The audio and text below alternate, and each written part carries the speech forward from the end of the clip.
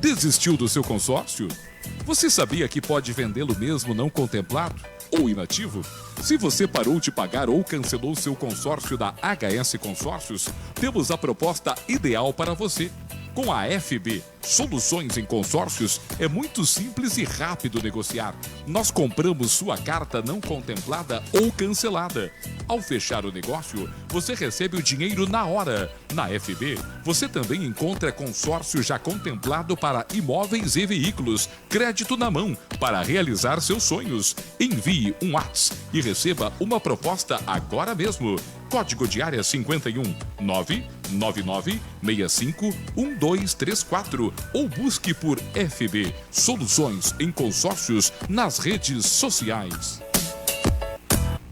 Saudamos a aprovação e a disponibilidade das vacinas para a imunização emergencial contra a Covid-19. Apoiamos iniciativas que visam, essencialmente, a promoção da saúde. Alertamos sobre a importância dos cuidados com higiene e proteção individual que devem ser mantidos durante a pandemia. Simers, defender os médicos é defender a saúde.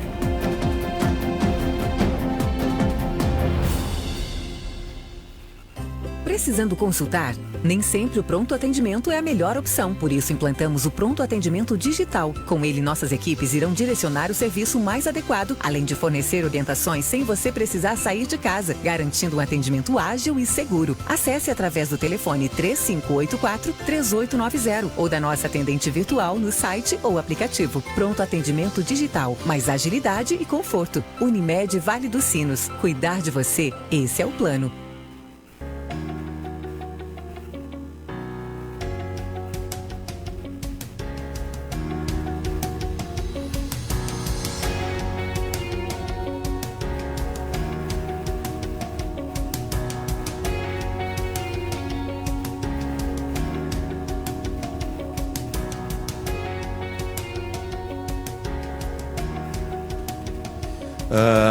Muito boa noite. Vou explicar para vocês aqui, vai ser o boa noite e o boa tarde. Nós estamos hoje excepcionalmente para que, por uma questão de agenda, para que a gente tivesse a possibilidade de trazer aqui o nosso convidado, que tem tarefas importantes que vocês vão ter a oportunidade de ver durante a nossa discussão aqui, durante o nosso programa. E esse horário para ele ficaria bem melhor de conseguir encaixar na sua agenda.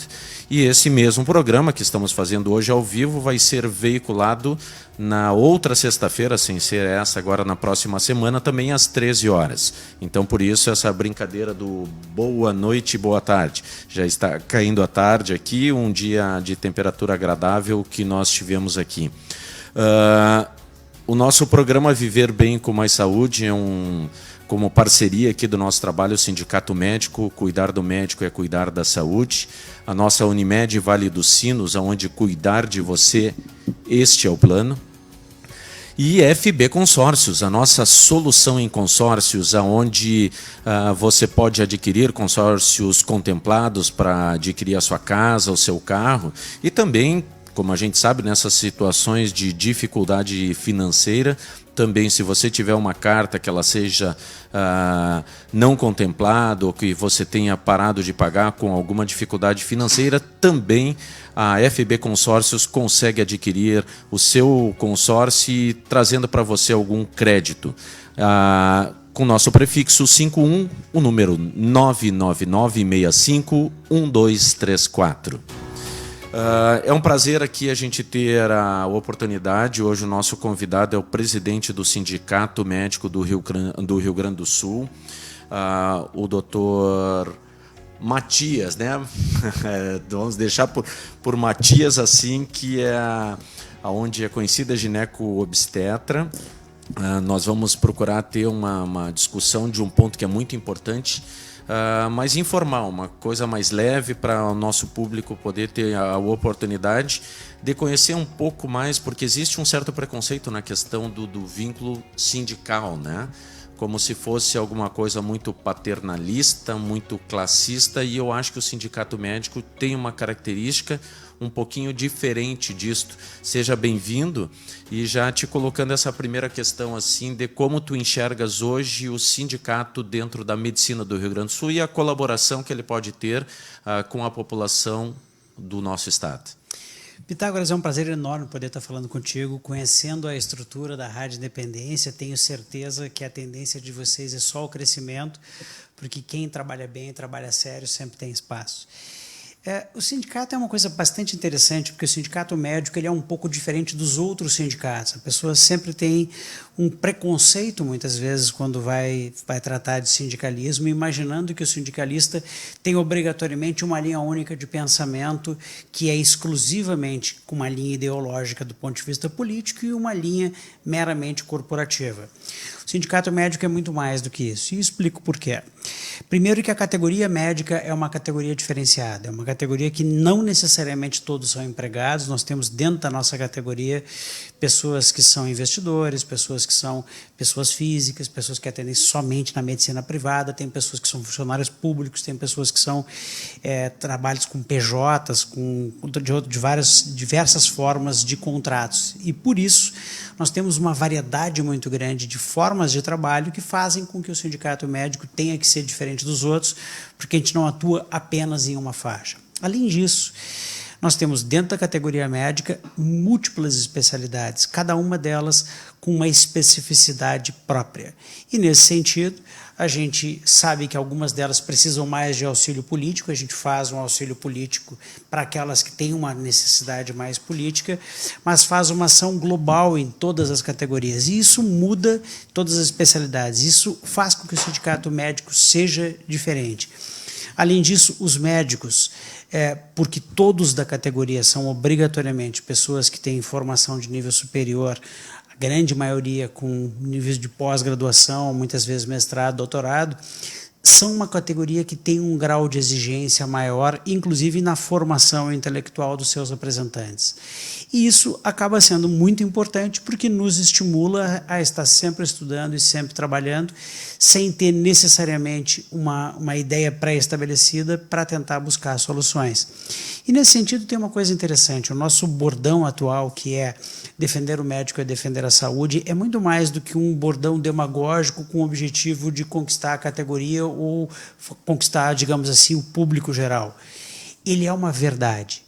Todos os sistemas de saúde que dão para o médico uma boa condição de trabalho, todos os sistemas de saúde que dão para o médico uma remuneração adequada, que deixe ele em condições, por exemplo, de manter-se atualizado, de poder trabalhar com condições adequadas, acabam oferecendo para os pacientes uma qualidade melhor de atendimento. Então, justamente nesse sentido, a gente tem a mais absoluta convicção de que toda vez que eu defendo a capacidade, a qualidade e a remuneração do médico, eu estou lutando pela saúde.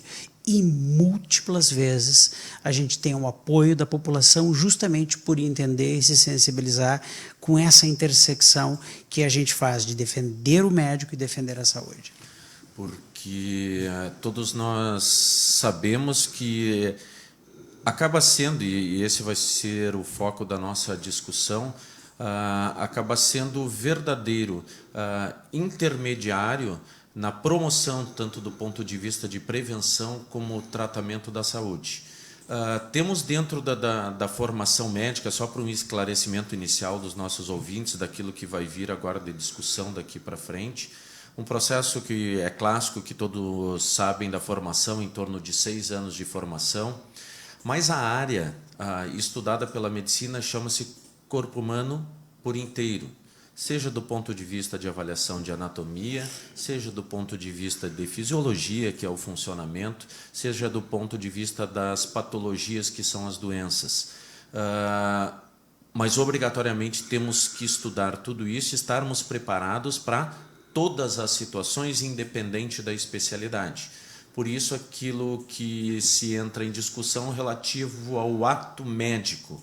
O ato médico em si é aquilo que tu vais exercer tendo capacitação para isso, e capacitação avaliada, Ou seja, no momento em que tu vais exercer a medicina, passa por todo um processo de avaliação.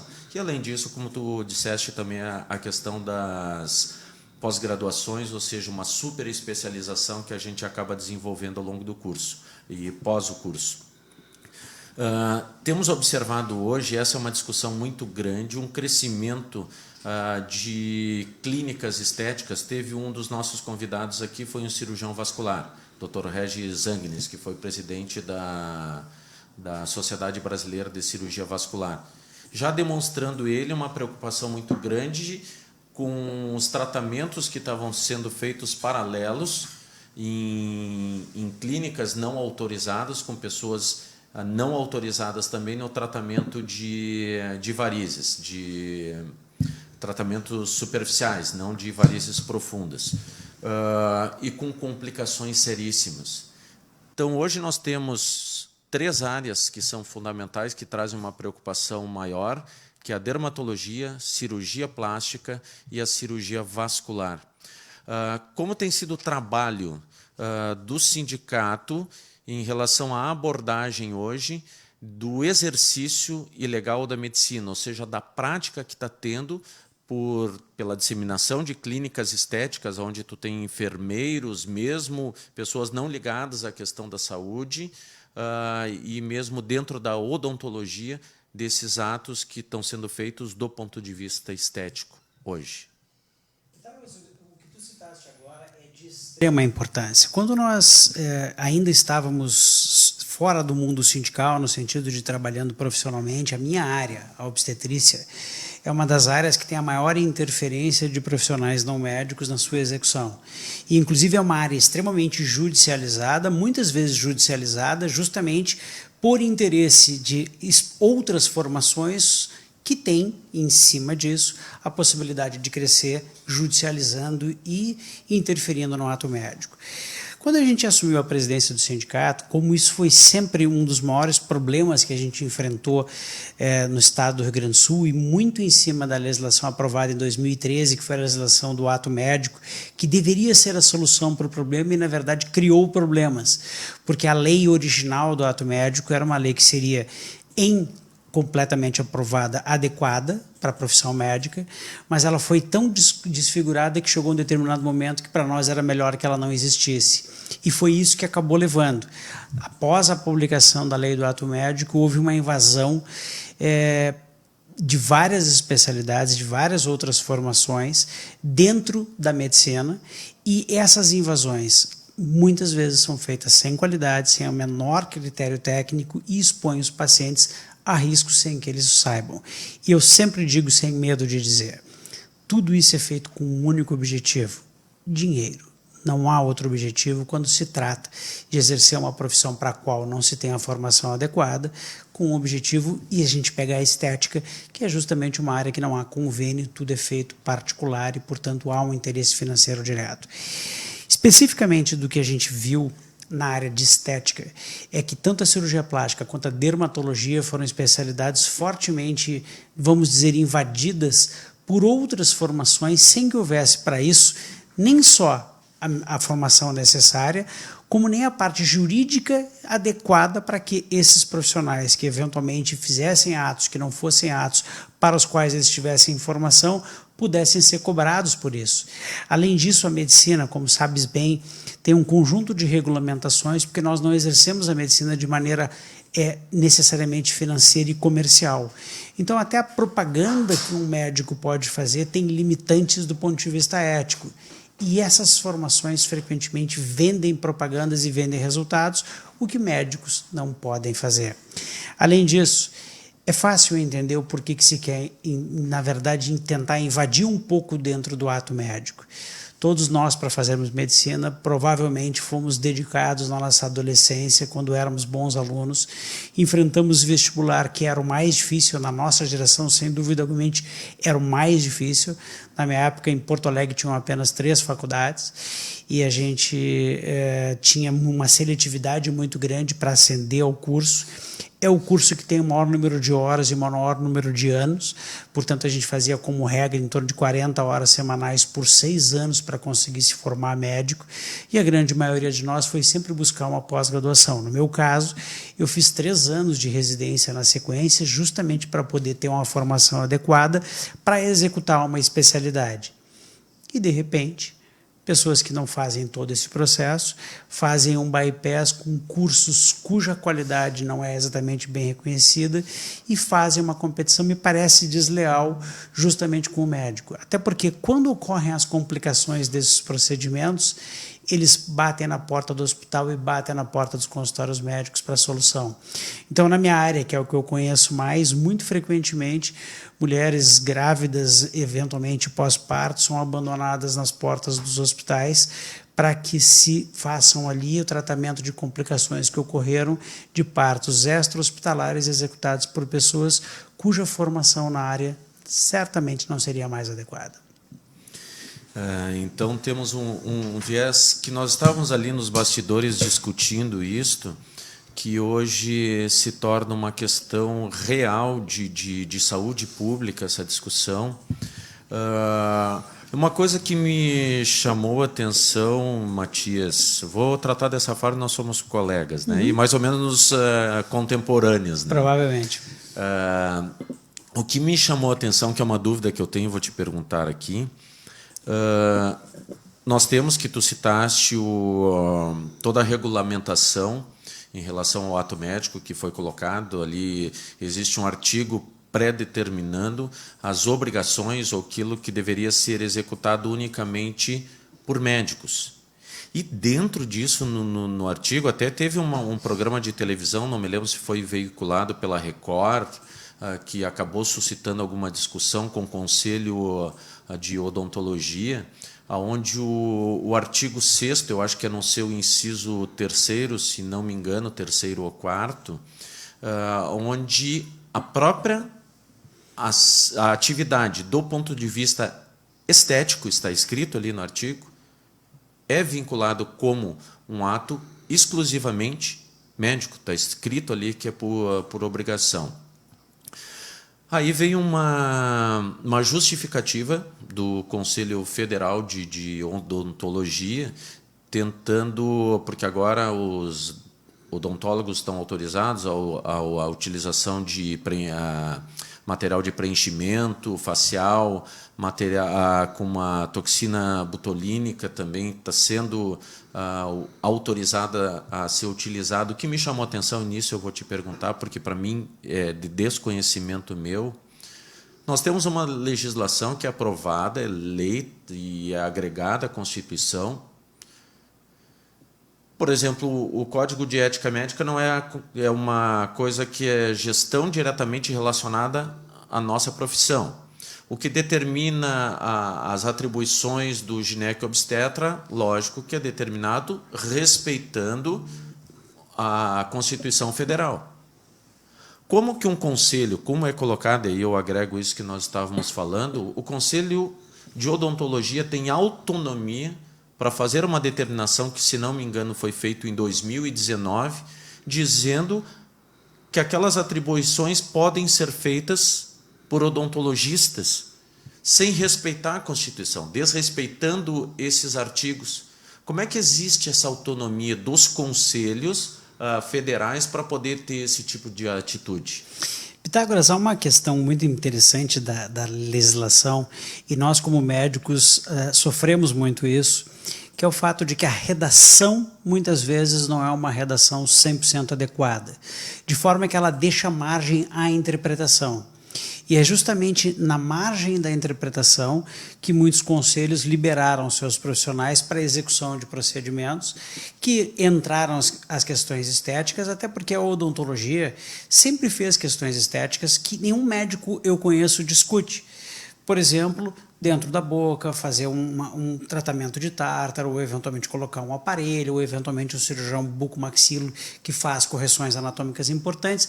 Nunca houve qualquer tipo de problema em relação a médicos odontólogos, até porque, de alguma forma, temos formações complexas ambos e temos especificidades que são inerentes das duas profissões e que sempre foram respeitadas. O grande problema desse processo é que quando saiu a lei do ato médico, ela abriu a porta em cima de pequenos itens, e pena eu não ter a lei aqui para pegar o detalhe, eu não vou correr o risco de errar, então eu prefiro falar dentro de uma certa inespecificidade, mas que foi utilizado por diversos conselhos, e não só conselhos, como inclusive profissões não regulamentadas para começar a exercer, entre aspas, a medicina, pelo menos atos que eu julgo serem atos médicos. Então, nesse aspecto, por exemplo, começaram a fazer cursos de optometria e simplesmente se determinavam não como sendo oftalmologistas, mas como sendo oculistas e fazendo a prescrição e vendendo a lente. Isso tudo aconteceu dentro do estado do Rio Grande do Sul, chegaram inclusive a ser contratados por órgãos públicos, por incrível que pareça. Há valores mais altos do que consultas médicas, cabe-se dizer. A odontologia utilizou do fato histórico de que odontologistas sempre executaram determinados procedimentos para, via determinações normativas do próprio Conselho Federal, ampliar a ação. E o problema foi esse. Se tu gostas de política, eu vou te contar uma questão interessante do progressivismo. E o progressivismo tem uma característica que ele sempre progride. Então, quando a gente começa a abrir portas, a natureza é que os indivíduos vão ocupando espaços progressivamente maiores. Então, o que aconteceu foi que os odontólogos, eles passaram dos dentes para a boca, passaram da boca para o nariz, passaram do nariz para as sobrancelhas, e quando se viu, eles foram ampliando as áreas de atuação via regulamentação, e os conselhos de medicina entraram na justiça, algumas vezes ganharam, então fisioterapeutas, terapeutas ocupacionais, professores de educação física ficaram proibidos de fazer esses procedimentos, e outras vezes, em caráter liminar, perderam. De forma que essas profissões, hoje em dia, esses procedimentos muitas vezes são executados com, inclusive, o apoio da justiça, que afinal de contas não cassou essas resoluções. O problema é que é importante para a população saber, nós estamos trocando coisas que são inerentes das profissões para disputas jurídicas, e isso é extremamente problemático. Recentemente, o Conselho de Odontologia fez uma nova normativa proibindo odontólogos de executar certos procedimentos, porque, como eu digo, no sistema de progressivismo, a gente vai ocupando espaços e aumentando as ações. Daqui a pouco estavam fazendo cirurgias, por exemplo, no nariz, porque é próximo da boca. Então, isso causou um conjunto de problemas que, como eu digo, muitas vezes caíram na porta dos consultórios médicos ou das emergências por complicações que a formação natural do odontologista, que, aliás, é uma formação belíssima, em que vários países, Portugal, eu sempre cito como exemplo, são uma especialidade da medicina, de repente abriram mão das suas especialidades para executar atos que não eram inerentes da sua profissão. Então, eu acho uma pena. De qualquer forma, não é um assunto tão fácil, porque há uma normativa nesse momento garantida pela Justiça que possibilita que façam alguns procedimentos que eu naturalmente julgaria procedimentos não naturais da odontologia, especialmente quando fogem da cavidade oral, quando fogem da região perioral e passam para outras regiões, mas isso tem acontecido com uma frequência muito grande, e a dermatologia e a cirurgia plástica são entre as grandes especialidades que têm esse tipo de invasão, são duas das mais atacadas, junto com a cirurgia vascular, são talvez as especialidades, e a oftalmologia são as especialidades mais atacadas, certamente. Nós temos a oportunidade de interpretação disto progressivamente. O que nós temos observado, tu vai aumentando o número da nossa população, tu vai reduzindo as oportunidades de trabalho, e se tu vais pegar assim, retrospectivamente, avaliar o que era atribuído, não vou pegar no pé dos odontologistas, que o objetivo não é esse, mas só para pegar como um exemplo, o que era atribuído na época da tua avó, digamos assim, que nós vamos pegar lá pela década de 30, unicamente extrações, tratamento de cáries, ou seja, era um mercado restrito, mas que ele absorvia porque poucas pessoas faziam aquilo. Existia uma respeitabilidade do ponto de vista cultural, da estruturação sociológica, existia uma respeitabilidade pelo trabalho que era feito, mas gradativamente, à medida que vai aumentando a quantidade de pessoas que exercem a mesma profissão, tu tem que tentar te reinventar para conseguir estar dentro do mercado. E a impressão que se tem é esta. O que eu vou fazer o advogado do diabo dentro disso, porque a pergunta sempre é feita essa quando existe essa discussão. Por acaso existe na medicina uma tentativa de reserva de mercado? Por isso que não querem que as pessoas façam isso? Acho que essa é a melhor pergunta de todas. Eu, na verdade, não seria nem contrário que fizessem se tivessem para isso a formação adequada, que muitas vezes, em muitos procedimentos, deveriam ser obrigatoriamente a formação médica e executassem os seus procedimentos. Não, eu não vejo sob qualquer hipótese como uma questão de reserva de mercado. Eu vejo isso, na verdade, como uma ação, inclusive nossa, para a proteção da população, para evitar que pessoas recebam procedimentos ou atividades feitas por pessoas que não têm a formação adequada e nem têm, inclusive, a parte jurídica adequada para responder em caso de complicações em nome dos procedimentos que executam, sempre por interesse financeiro. Essa é uma questão importante. A profissão do odontólogo é uma profissão que perdeu em parte o que tinha no passado, como os médicos perderam em parte o que tinham no passado, justamente por uma amplificação exagerada dos cursos que acabaram desvalorizando os profissionais individualmente e fizeram com que eles buscassem outros mercados. Como eu sempre disse, e faço questão de dizer, Pitágoras, que tem a questão do progressivismo. E, em alguns aspectos, eu sempre digo para os meus amigos odontólogos, sou casado com uma dentista, portanto, para mim é muito tranquilo dizer isso, o perigo é que amanhã a gente vai ter técnicos em odontologia que vão fazer o tratamento periodontista que o periodontista faz. Amanhã a gente vai ter alguém que vai ser um protético que vai acabar fazendo prótese. Amanhã a gente vai ter um protético que vai querer colocar aparelho. E sempre a justificativa vai ser a mesma. Eu faço sempre isso, eu estou acostumado e consigo oferecer um preço mais barato. Esse é um problema grave que a gente vê quando a gente tem esse tipo de invasão. Quando a gente borra completamente as linhas que tem entre as formações, daqui a pouco a gente perde, inclusive, o limite para ter um controle mínimo da qualidade. E insisto, quando nós defendemos o médico, a gente defende a formação do médico para que ele tenha uma qualidade melhor, para que ele consiga oferecer com isso um atendimento melhor, portanto, nós estamos defendendo a sociedade. E nesse sentido, a gente sempre diz o óbvio. Para o bom, para quem tem capacidade, para quem tem uma boa formação, sempre tem espaço.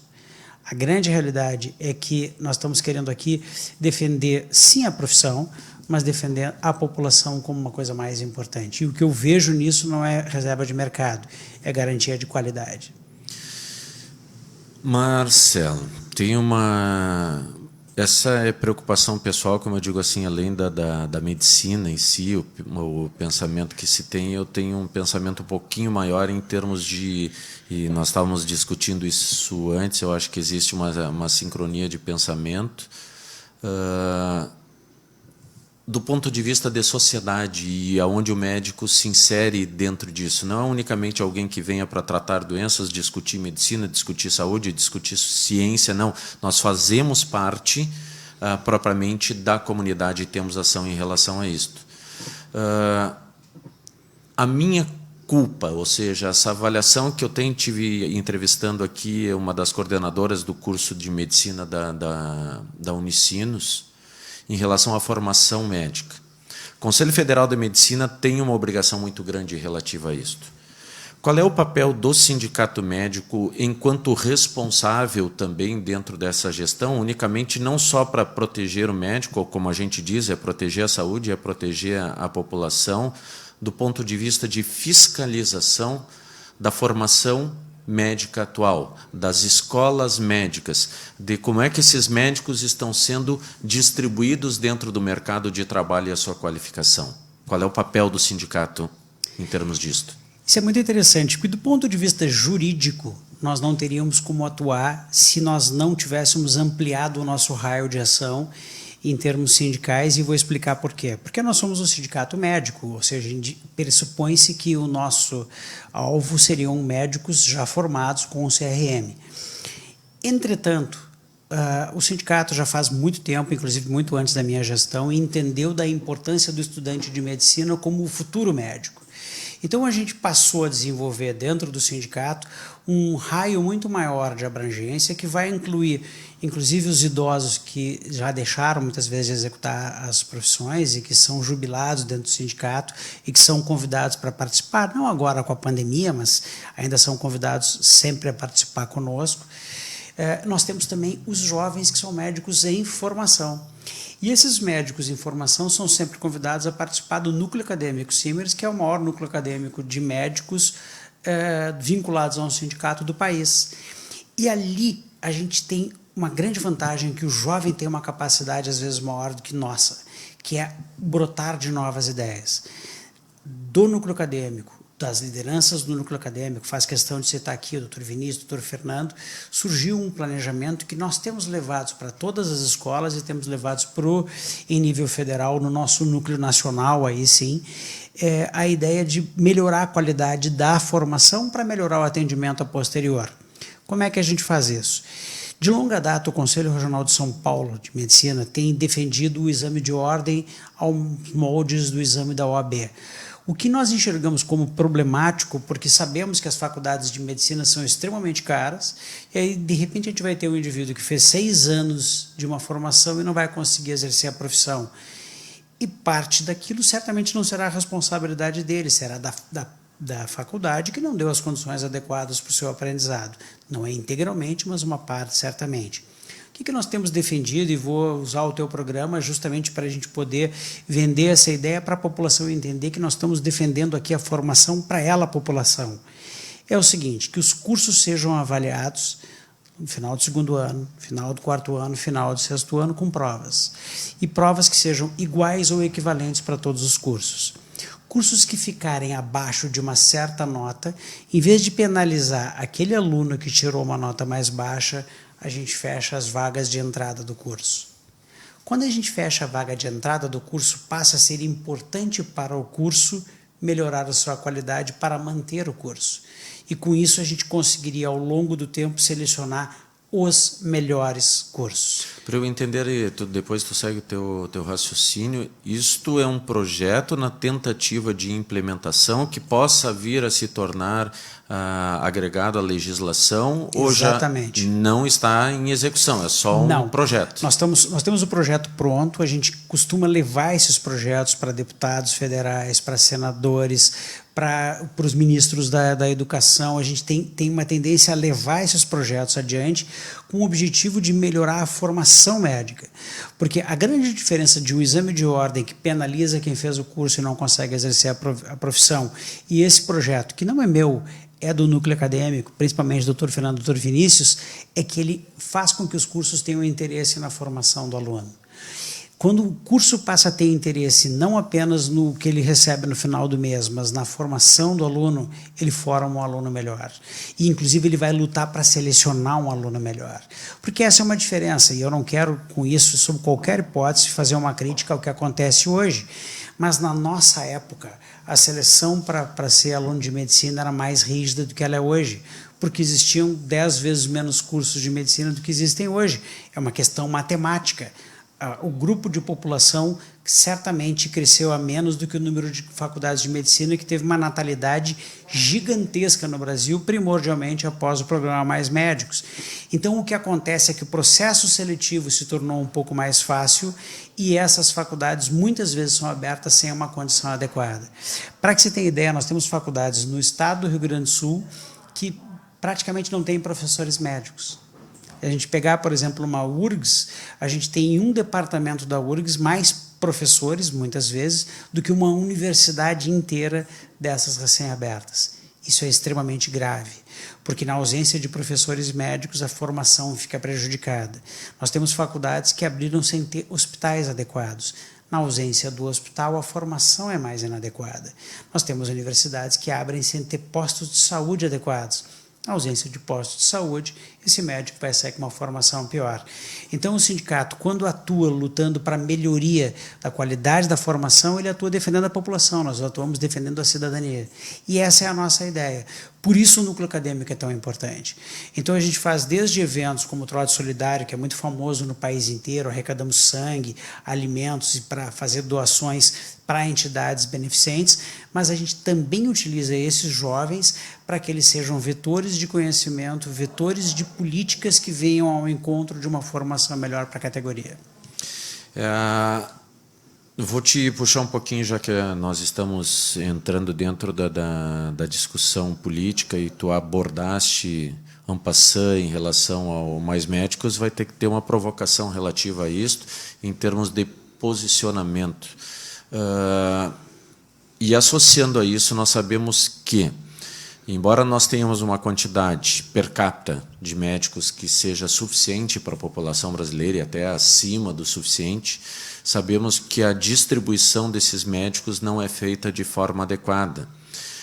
Como é que tem sido a abordagem do sindicato em relação, associado ou não ao Conselho Regional, ao Conselho Federal de Medicina, às carreiras médicas? O estabelecimento da possibilidade de uma expectativa de estabelecimento, logicamente com remuneração justa, da carreira médica, o que possibilitaria uma distribuição melhor. Em primeiro lugar, eu quero concordar com a tua afirmação. Se nós tivéssemos uma carreira de médicos, nós teríamos a distribuição adequada de médicos. O que surpreende é o fato de que a gente faz tudo errado e depois se surpreende que o resultado foi ruim. E é o que aconteceu no caso dos Mais Médicos. O Mais Médicos é uma solução completamente errada para um problema real. O problema real é a ausência de médicos na periferia. A solução é completamente errada porque, em vez de valorizar o médico, criar uma carreira e tentar fixar o médico no interior, considerando que ele vai criar uma relação com aquela comunidade e tentar manter aquela comunidade com um bom atendimento, o que a gente fez foi o seguinte: nós trouxemos profissionais com a formação discutível, e eu digo discutível porque, como eles não têm revalidação de diploma no Brasil, a gente não tem nenhuma garantia da formação que eles tiveram. Eu não posso, inclusive, chamá-los de médicos, eu digo dito médicos, porque assim eles chegaram, mas em nenhum momento eles provaram ser capazes de executar as funções para quais foram colocados. E o que mais importa, eles ocuparam os postos de saúde, roubaram muitas vezes espaços de médicos brasileiros, e os índices mais importantes e mais grossos de saúde, mortalidade infantil, mortalidade materna, expectativa de vida, não melhoraram com o programa. Portanto, claramente foi um programa que teve sim uma importância eleitoral e não teve o resultado esperado. A tua solução é a melhor solução, e é uma solução que nós vimos, inclusive, no início do governo, e que parece que foi botada de lado em função da pandemia, que era o programa Médicos pelo Brasil, que inclusive nós tanto apoiávamos que fui a Brasília no momento da assinatura da lei. A ideia básica do programa Médicos pelo Brasil, é importante que a população saiba, porque seria fundamental para toda a população, especialmente as dos locais mais periféricos, é que ele criava uma carreira de médico de família, ele garantia um plano de carreira de tal sorte que ele fixava o médico no interior, ele garantia uma remuneração para o médico que tinha uma formação melhor, para o médico que tinha uma relação melhor com a comunidade, e mais do que isso, com o médico que tivesse posicionado num local mais distante e menos acessível. Então essa é a grande questão, essa era a solução correta. E a pandemia acabou criando uma nuvem que dissipou esse planejamento, que era um bom planejamento. De qualquer forma, nós formamos muitos médicos, e esses médicos, apesar de serem formados num número muito grande, eles acabam se acumulando nos grandes centros e fugindo da periferia. E em vez de dizer, vamos formar mais médicos para ele ir para a periferia, por que a gente não pergunta por que os médicos não querem ir para a periferia? É facílimo de entender. Vamos esquecer apenas a questão do plano de carreira por um segundo, porque solucionaria o problema. Eu sempre digo, publicamente, sem medo, para as pessoas que estão se queixando que não tem médico na periferia, visitarem o fórum da cidade, visitar o local de trabalho do Ministério Público da cidade e visitar o posto de saúde da cidade. Se as condições de trabalho, de segurança, de remuneração e de futuro do pessoal do fórum e do pessoal do Ministério Público for melhor do que a do médico, é por isso que as pessoas não querem ir para o interior. Tem um detalhe muito importante. Quando a gente anda pelo Estado, a gente vê hospitais falimentares por culpa do sistema que fê-los falir, muitas vezes por questões administrativas sim, mas porque o sistema ele é um sistema com subfinanciamento que leva a uma questão falimentar. Médicos muitas vezes trabalham sem receber os seus salários, médicos muito frequentemente são responsabilizados por questões do próprio sistema e médicos muito frequentemente não conseguem executar procedimentos justamente pela questão de condição de trabalho. E aí, na hora da responsabilidade, são responsabilizados como se fossem os responsáveis únicos pela desassistência à população. E isso também afasta o médico da periferia. Os médicos tendem a trabalhar em locais onde ele tem uma condição melhor de trabalho. Foi feita uma pesquisa uma vez do que mais o médico queria para o trabalho. Todo mundo imaginava que era o salário. E não é o salário, é a condição de trabalho. Coloca o médico numa condição boa de trabalho e ele vai fixar-se ao local. E é o que acontece. Nós temos vários locais do interior do estado que não faltam médicos justamente por isso, porque eles sabem que ali tem uma condição muito mais adequada de trabalho, uma condição de vida melhor, de forma que eles vão conseguir viver com mais tranquilidade. Eu estou te puxando para a gente fazer uma discussão mais de pensamento, agora em menos de sindicato, né? Em termos daquilo que a gente pensa do ponto de vista da sociedade em si, do ponto de vista filosófico, da discussão das nossas vidas, e é onde que a gente se insere em tudo isto. Eu acho que, fazendo uma avaliação crítica também, dentro da formação da escola médica, as discussões do ponto de vista de relação, de preparação, do objetivo na execução da própria medicina, do que é o ser médico, objetivo do ponto de vista da relação com o paciente, isso são todas as coisas que elas ficam um pouquinho aquém da discussão. Nós temos uma formação muito forte do ponto de vista técnico. Em contraponto com a formação, por exemplo, americana, dentro da formação médica americana, o tempo que acaba existindo de formação até que tu possas executar a medicina, acaba sendo um pouco maior, trazendo aqui, encerra esse ciclo, uma segurança maior. Então, o que é que nós observamos? Eu vou te colocar até onde que eu quero chegar.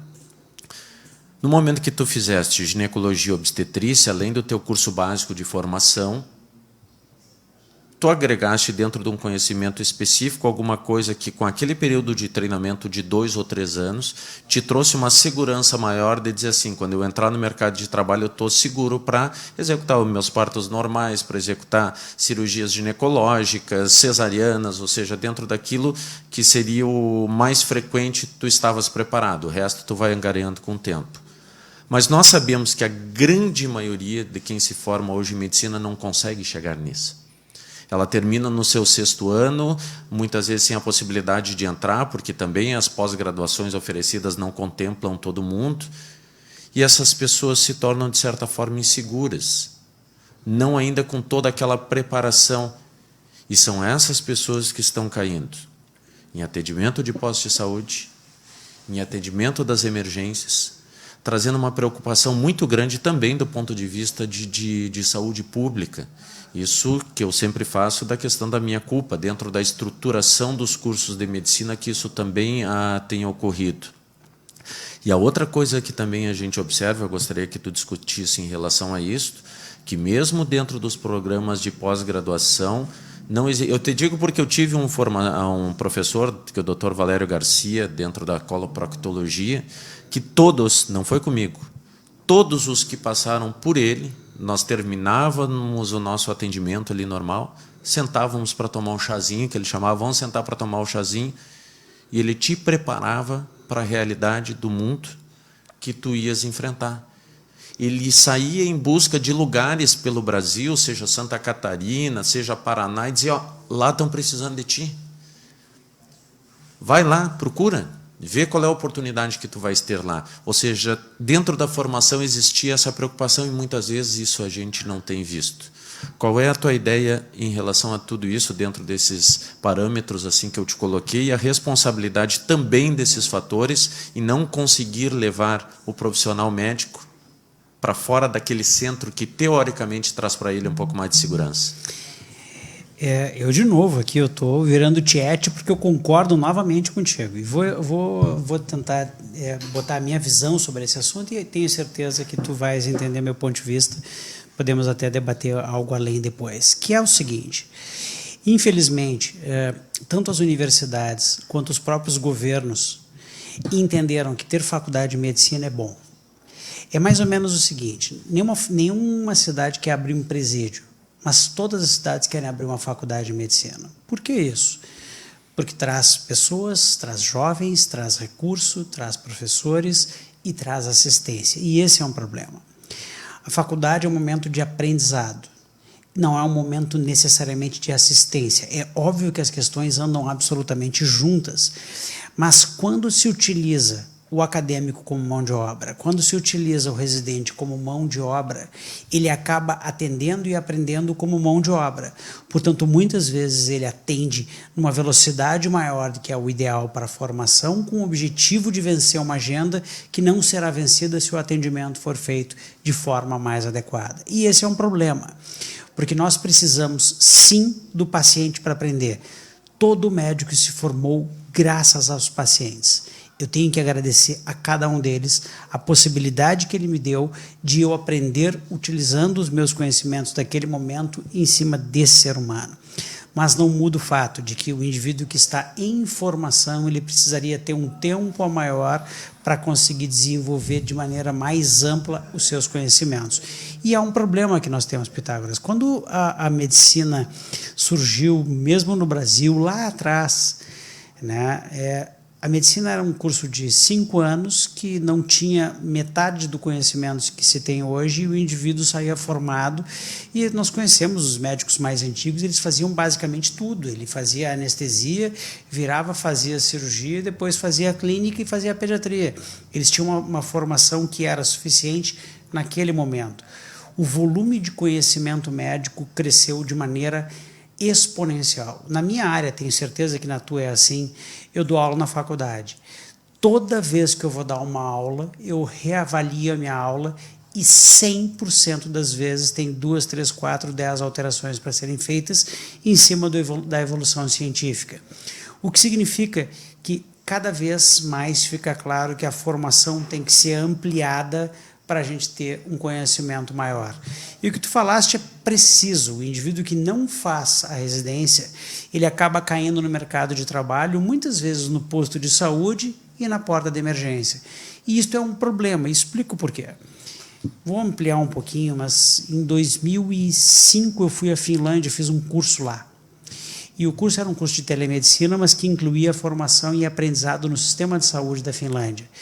E eu me lembro quando eu entrei num posto de saúde, tinha uma médica de saúde da família que coordenava sozinha, era a única médica de um posto de 900 metros quadrados que tinha lá dentro do centro cirúrgico para pequenos procedimentos, que ela fazia, a uma internação com 9 leitos psiquiátricos. Era uma coisa inacreditável. E eu tenho fotos para mostrar. Conversando com aquela mulher, poucas vezes eu tive tanto orgulho de uma colega médica quanto eu tive daquela senhora. Era impressionante o volume de conhecimento que ela tinha. Então, ela tinha uma condição de trabalho excepcional, ela tinha um conhecimento excepcional, extremamente amplo, e ela fez uma formação que, de medicina de família, equivaleria a qualquer residência que incluísse realmente o aprendizado de várias áreas. Então, essa é a questão primordial. Lá, eles investiam efetivamente em saúde básica. Aqui, saúde básica é considerado por praticamente todos os gestores como um ótimo discurso. Todos dizem que a gente precisa ter uma boa atenção básica para reduzir a internação, a emergência e melhorar os índices, mas nenhum deles investe efetivamente em atenção básica. Tanto que eu vou te devolver a pergunta de uma maneira quase sacana: qual é o município desse estado que tem um plano de carreira para médicos na atenção básica? Nós temos um que foi assinado na nossa gestão, mas de um trabalho que veio da gestão anterior, precisamos reconhecer os méritos, que é em Santa Cruz do Sul. Todos os outros municípios são livres de planos de carreira e muitas vezes as carreiras são feitas de maneira demagógica, de tal sorte que o médico considera aquilo como um período de passagem que ele vai ter que passar quando ele for trocar de vida. A gente não conseguiu fazer no nosso país um sistema no qual fosse garantido que um número grande e necessário e suficiente de médicos tivessem a atenção básica como seu objetivo de vida. Esse é o grande erro. E tem dois fatores que são associados, eu acho que tu também vai concordar com este pensamento.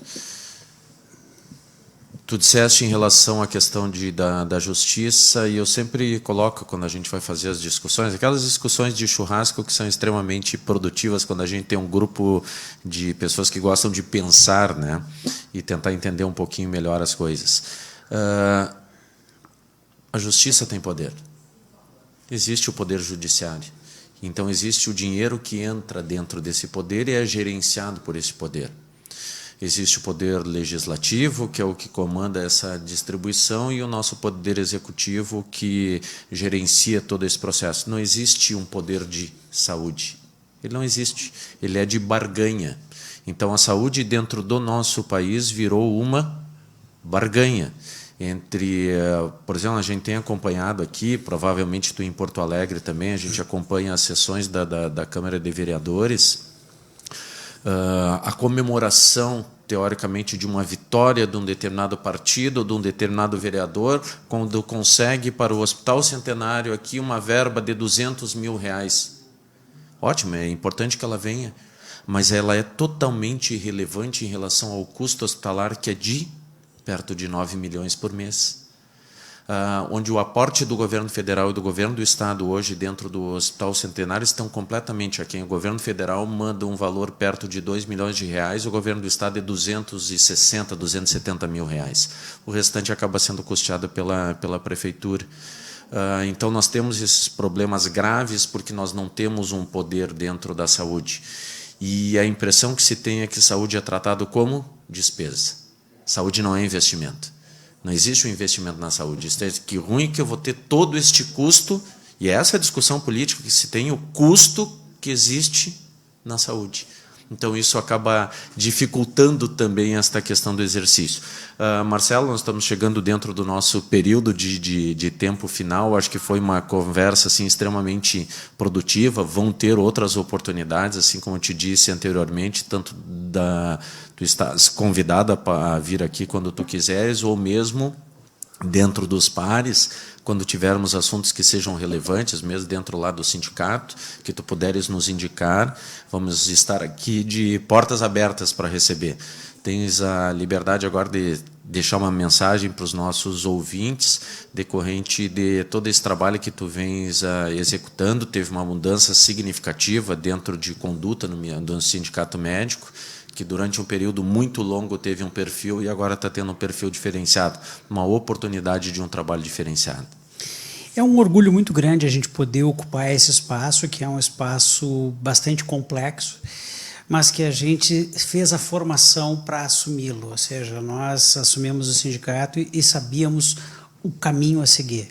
Esse caminho tem mais pedras do que se imaginava, ele é mais complexo do que se imaginava, como sempre a gente vai encontrando novos desafios, mas a gente apenas cresce quando enfrenta as dificuldades. Essa é uma questão muito importante. Eu sempre digo que a crise é o momento que a gente tem para aprendizado, e a crise sempre é uma oportunidade. E essa frase é meio chavão, mas ela é absolutamente verdadeira. O sindicato médico, ele é uma estrutura grande, é o maior sindicato do país, longe, ele é o maior sindicato da América Latina, longe, e ele tem, junto aos seus médicos, uma posição de uma simbiose muito grande. Os médicos precisam muito da gente e nós precisamos dos médicos. Por uma questão filosófica, o sindicato médico não cobra e não cobrará imposto sindical, mesmo que tivesse lei para isso. A gente vive com o dinheiro dos nossos médicos e queremos devolver aos médicos muito mais do que eles nos pagam pela mensalidade, porque é justamente assim que a gente acredita que a gente vai se manter. As estruturas não devem depender do Estado, elas devem depender dos indivíduos. E a gente acredita que tem condições de fazer uma gestão que vai fazer com que os médicos entendam da importância de ter um sindicato forte. A gente aproveita a estrutura que tem para poder lutar em nome dos médicos. E fizemos uma gestão que ampliou o espaço de médicos dentro da ação direta política. E essa é uma questão importante. Médicos, como muitos outros profissionais, quando estão numa dificuldade, gostam de ter contato direto com seus médicos, com médicos também, porque são as pessoas que vão entender melhor os seus problemas. E justamente por isso nós criamos um conjunto muito grande de tentáculos de contato entre o médico que está na periferia e os médicos do sindicato. Então, nós criamos um núcleo de metropolitano, criamos uma diretoria de interior, e essa diretoria interior vai ser agora desmembrada em 4 diretorias de interior para que tenha sempre um diretor daquela região. Nós temos núcleo de exercício legal, de médico jovem, núcleo de contratos precários na medicina, núcleo de médicos empreendedores, nós temos núcleo de obstetrícia, temos núcleo de psiquiatria, temos núcleo de pediatria, temos núcleo de atenção básica. Cada um desses núcleos tem médicos dispostos a trabalhar pelo médico e pela saúde. E, portanto, a gente vai, nesse sentido, ampliando a nossa ação para que o médico na periferia se sinta recebido pelo sindicato e, se porventura não tiver sido, nós estamos prontos para qualquer crítica, porque a nossa função, o nosso objetivo é trabalhar por ele. E temos, e vou insistir, desculpa a redundância, a convicção de que quando a gente trabalha pelo médico, a gente trabalha pela sociedade, porque se o médico tiver condições de trabalho, a população vai ser melhor atendida. Então, só tenho aqui, Marcelo, agradecer a tua presença, esse momento que tivemos a oportunidade de trazer um pouco mais de esclarecimento para a nossa população da função social importante também que é desenvolvida pelo sindicato, aquilo que ela vem a trazer de resposta para a população. Gostaria de desejar a todos, já que nós estamos assim numa quinta que é sexta, né? Dentro daquilo que eu expliquei inicialmente no programa, desejar a todos um grande final de semana, se cuidando sempre. Nós estamos num período que, mesmo com a entrada das vacinas, o nosso problema da Covid está muito longe, e creiam isso, está muito longe de ser resolvido. Então, precisamos do auxílio de cada um para que nós possamos passar por toda essa fase com um resultado melhor. Cuidados básicos, cuidados de higiene, o uso da máscara, buscando um distanciamento que ele seja racional, na busca daquilo que é melhor para você e naquilo que vai ser melhor para todos. O nosso programa Viver Bem com Mais Saúde tem como parceria o Sindicato Médico, onde cuidar do médico é cuidar da saúde. Agradecendo também ao nosso parceiro, que é a nossa parceira, a cooperativa Unimed Vale dos Sinos. Cuidar de você, esse é o plano. E a parceria daquele que vem resolver também, já que nós temos problemas graves do ponto de vista econômico, e o crédito para nós sempre é um bom aliado naqueles momentos difíceis. Está aí a FB Consórcios para trazer para nós esse apoio naquilo que você precisar. Através do telefone, pode fazer contato pelo WhatsApp, 999-65-1234. Número muito fácil de você lembrar. Um grande final de semana a todos e até a nossa próxima semana, nosso próximo programa. Muito obrigado.